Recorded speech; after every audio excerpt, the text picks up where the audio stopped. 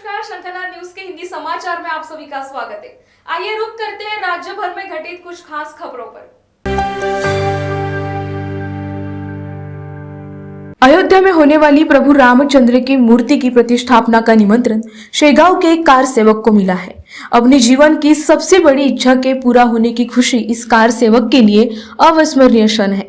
आजादी के बाद से ही भगवान रामचंद्र की जन्मस्थल अयोध्या नगरी में कई राम भक्तों की यह इच्छा थी कि यहाँ एक भव्य और दिव्य मंदिर हो, जिसके निर्माण की मांग हेतु 1992 में पूरे भारत से कई कार सेवक कार सेवा के लिए अयोध्या गए थे और यह कार सेवा करते समय धार्मिक या द्वेष के चलते कई कार सेवक घायल भी हुए और कई कार सेवक शहीद भी हुए।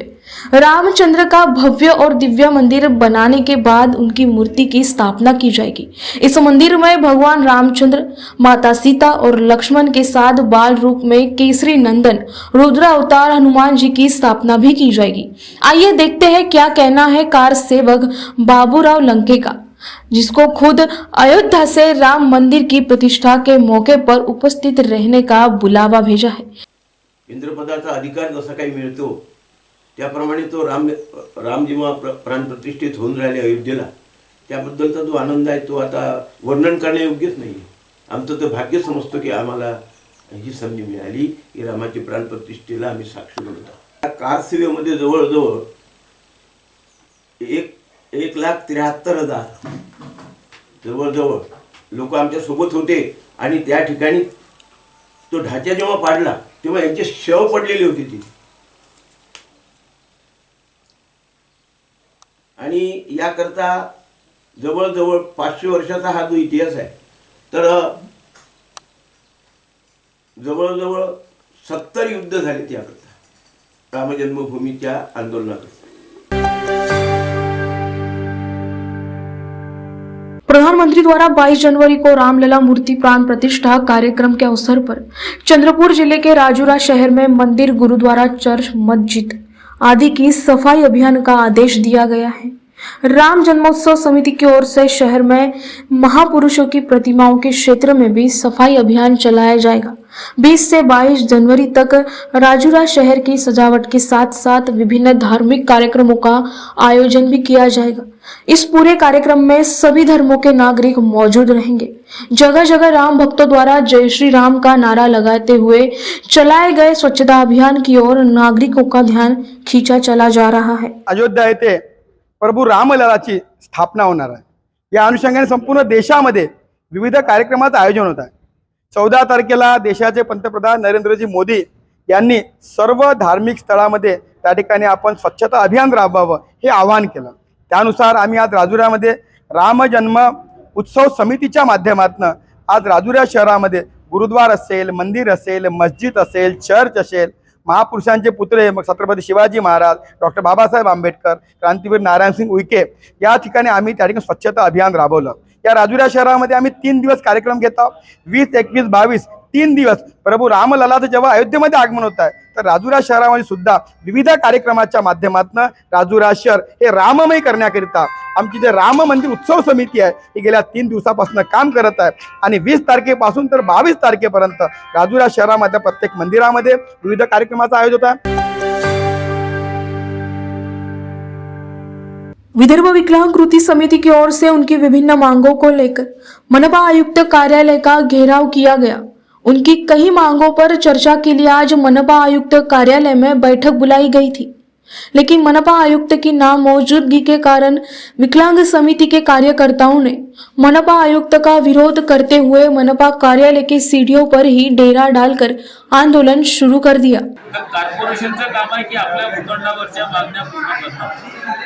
200 स्क्वेअर फीट जागेसाठी मला वाटते की खूप जास्त ही कागदपत्राची गरज नाही आहे। त्या जागेचा आखीव पत्रिका, नकाशा आणि अपंगांचे रेग्युलर डॉक्युमेंट्स या आधारे त्या जागा एक कमीत कमी शुल्क आधारून अपंगांना देता येऊ शकते आणि अंमलबजावणीसाठी मला वाटते कोणीही अडवणार नाही। परंतु कॉर्पोरेशनची मानसिकता दिसत नाही आहे, कारण ते GRचा मध्ये त्यांना जमीन लिहिलेल्या दिसत नाही, तर त्यांना दिसते फक्त ओटे। अरे पण तुम्ही ओटे कुठले देताय, दुकानं कुठले देताय?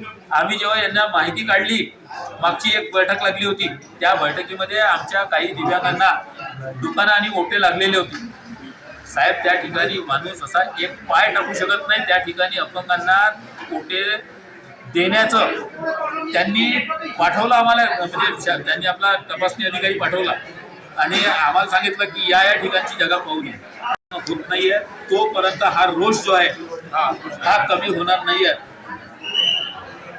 कदाचित एखाद्या अधिकाऱ्याला जोड्याने चोपून काढावं लागल, त्याचीही तयारी माझी राहील. जर मी संपूर्ण अपंग समाजाच्या हितासाठीच काम करणारा व्यक्ती आहे. इथं काही आमची वैयक्तिक मागणी नाही आहे, परंतु शासनानं त्याची दखल घ्यावी. आणि मला वाटते आता माझं जर जे स्टेटमेंट आहे याला गंभीरतेनं घेतलं तर बरं राहील, अन्यथा त्यांनी आपली तयारी करून टाकावी. चंद्रपुर में पतंग पकड़ने के चक्कर में घर की स्लैब से गिरकर एक व्यक्ति की मौत हो चुकी है। मृतक का नाम आनंद विठल वासाड़े बताया जा रहा है। मकर संक्रांति पर पूरे देश में पतंगबाजी का खुमार चढ़ जाता है। बड़े छोटे युवा और बुजुर्ग भी पतंग उड़ाने के प्रलोभन से बच नहीं पाते। बच्चों की संगत में पतंग उड़ाने का अच्छा उत्साह रहता है। हालांकि पतंग उड़ाने का यही उत्साह कई बार जानलेवा भी साबित होता है। भानापेट के आनंद विठल वासाड़े रविवार को अपने घर के स्लैब पर खड़े थे।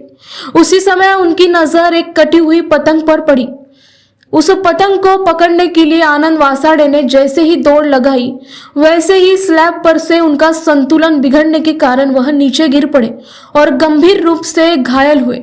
बेहोशी की हालत में परिजनों ने उनको तुरंत ही इलाज के लिए नजदीक के मेडिकल कॉलेज में भर्ती कराया, लेकिन इलाज के दौरान ही उनकी मौत हो गई। स्टेशन चंद्रपूर हद्दीमध्ये पोलीस स्टेशन शहर चंद्रपूर हद्दीमध्ये एका व्यक्तीचा स्लॅबवरून पडून मृत्यू झालेला आहे।